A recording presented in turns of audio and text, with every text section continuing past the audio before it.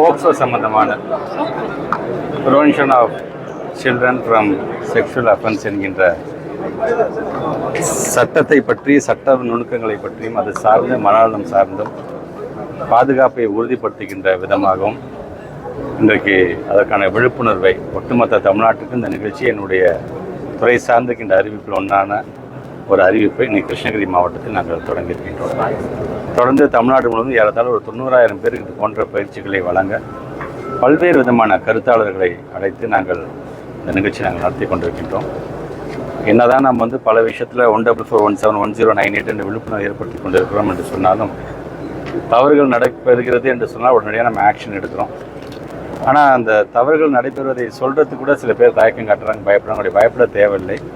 நீங்கள் தருகின்ற கருத்துக்கள், நீங்கள் தருகின்ற புகார்கள் எதுவாக இருந்தாலும் அது ரகசியம் காக்கப்படும். அது சார்ந்து தவறு செய்தவர்கள் யாராக இருந்தாலும் அவர்கள் மீது நடவடிக்கை எடுக்கணும். இப்போது வரைக்கும் அந்த நடவடிக்கை தான் நம்ம எடுத்துக்கொண்டிருக்கின்றோம். அது குறிப்பாக தனியார் பள்ளிகள் என்று வரும்போது இன்னும் நம்ம பாதுகாப்பை உறுதிப்படுத்துகின்ற விதமாக எங்களுடைய டாக்டர் குப்புசாமி சார் இன்றைக்கி இந்த ஏற்பாடை இங்கே செய்திருக்கின்றார். இந்த நல்ல நிகழ்வை ஏற்பாடு செய்திருக்கிற நம்முடைய மாவட்ட ஆட்சித்தலைவர் குறிப்பாக இதில் கலந்து கொண்டு எங்களுக்கு இன்னும் கொஞ்சம் அந்த ஊக்கத்தை தந்திருக்கின்ற நம்முடைய மாவட்டத்தினுடைய பொறுப்பு அமைச்சர். அனைவரும் ஒன்று சேர்ந்து ஒரு மாணவ செல்வங்கள் குழந்தை பருவத்தில் அவர்கள் ஏற்படுகின்ற இன்னல்களை காப்பதற்கு நாம் என்னென்னலாம் செய்ய முடியுமோ அது செய்கின்ற ஒரு விழிப்புணர்வை ஏற்படுத்துகின்ற ஒரு நிகழ்ச்சியை இன்றைக்கு நாங்கள் தொடங்கி வைத்திருக்கோம். போக்சோ சட்டம் நடைமுறையில் இருந்தாலும் ஆங்காங்கே இது போன்ற சில தவறுகள் நடந்தாலும் குறிப்பாக ஆசிரியர்களே இதில் ஈடுபடுற சூழ்நிலை இருக்குது. இதை மேலும் தெரிவித்து அரசாங்கம் சார்பாக வேறு என்ன போக்சோ சட்டத்துடைய விழிப்புணர்வு ஏற்படுத்தணும்.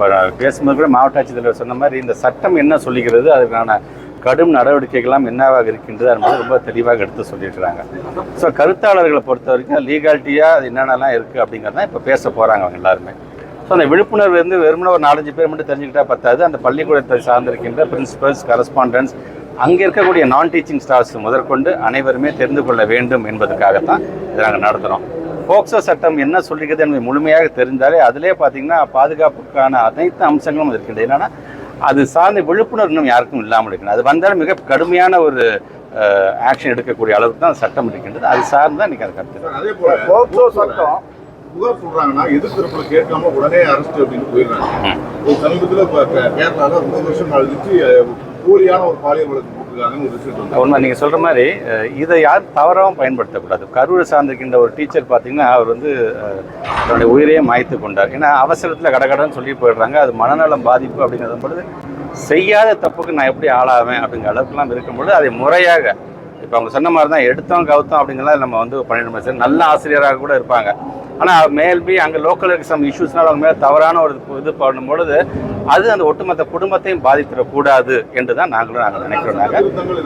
இல்லை, இது தீவிர விசாரித்து தான் அதை பண்ண முடியும். அதெல்லாம் சொன்னேன், சட்ட திருத்தங்கள் இல்லை, இருக்கிற சட்டத்தை முறையாக நம்ம பயன்படுத்தினாலே அதை இம்ப்ளிமெண்ட் பண்ணாலே யார் நல்லவர்கள் யார் கெட்டவர்கள் என்பதை நம்ம முறையாக தெரியும். குறிப்பாக இந்த கிருஷ்ணகிரி மாவட்டத்தை பொறுத்த வரைக்கும் மலை கிராம மக்கள் நிறைய இருக்குது சார். அங்கே இருக்கக்கூடிய ஒரு ஸ்கூல் இந்த மாதிரி ஒரு விழிப்புணர்வு இல்லாமல் இருக்குது. அது சம்மந்தமாக பள்ளிகளுக்கு என்ன நடவடிக்கை? அதான் இப்போ நீங்கள் சொன்ன மாதிரி இப்போ எதுக்காக கிருஷ்ணகிரி மாவட்டம் நாங்கள் தேர்ந்தெடுத்தோம் அப்படிங்கிறது காரணமே பார்த்தீங்கன்னா, இப்போ கிருஷ்ணகிரி, தருமபுரி எல்லாம் பார்த்தீங்கன்னா ஒரு EBB பிளாக்காக நாங்கள் பார்க்குறோம். ஒரு எஜுகேஷனல் பேக்வர்ட் பிளாக்காக நாங்கள் பார்க்குறோம்.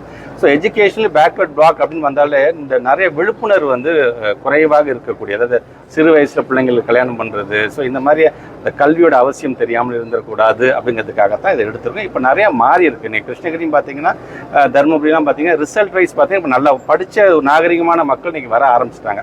இருந்தாலும் நீங்கள் சொல்கிற மாதிரி இங்கொன்றும் அங்கொன்றும் இருக்கும் பொழுது அதை கொஞ்சம் ஃபோக்கஸ் பண்ண வேண்டும் என்பதற்காகத்தான் இன்றைக்கி இந்த நிகழ்ச்சியை நாங்கள் ஆரம்பிச்சிருக்கிறாங்க. இது ஒரு நீட் ஆஃப் த அவராக கிருஷ்ணகிரியில் நாங்கள் ஆரம்பிச்சோம் அப்படின்னா இன்றைக்கி ஒட்டுமொத்த தமிழ்நாட்டிலும் இதற்கான பணிகள் தொடரும். பிளே ஸ்டோர் மற்றும் ஆப் ஸ்டோரில் இருந்து பாலிமர் செயலியை QR கோடு மூலம் பதிவிறக்கம் செய்யுங்கள். செய்திகளை உடனுக்குடன் பெறுங்கள்.